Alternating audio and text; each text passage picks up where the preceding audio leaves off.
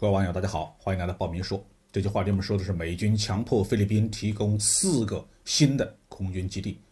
2月2号，美国和菲律宾正式宣布，根据2014年签署的美菲加强防务合作的协议，允许使用菲律宾的4个空军基地。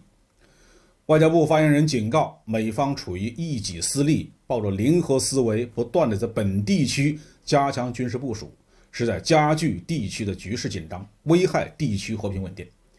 地区国家应当对此保持警惕，避免被美裹挟利用。我们一直高度关注美菲军事合作的动态，特别是在军事基地问题上的进展。这4个基地落入美军手中，为美军介入台海、搞乱南海提供了便利。2022年8月份，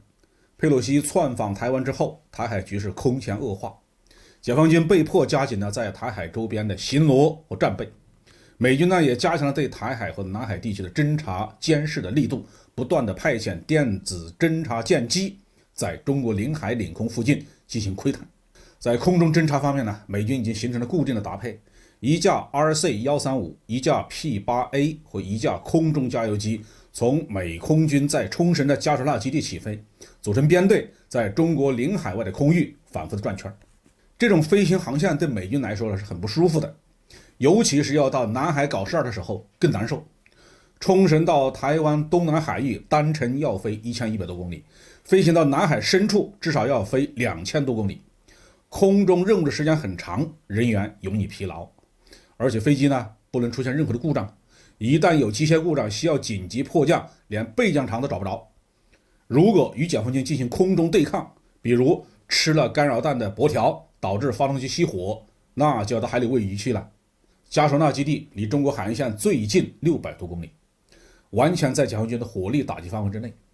位集在加索纳的大量的作战飞机和支援保障飞机，以及基地里面的大量的美军和油料、弹药、设施以及器材没有任何的安全保障。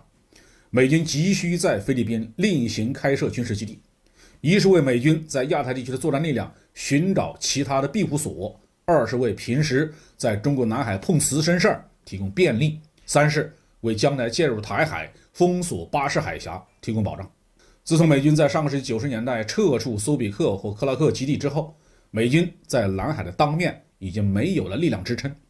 在第一岛链存在着一个巨大的缺口，因此美国政府是极力的想在菲律宾重启驻军方案。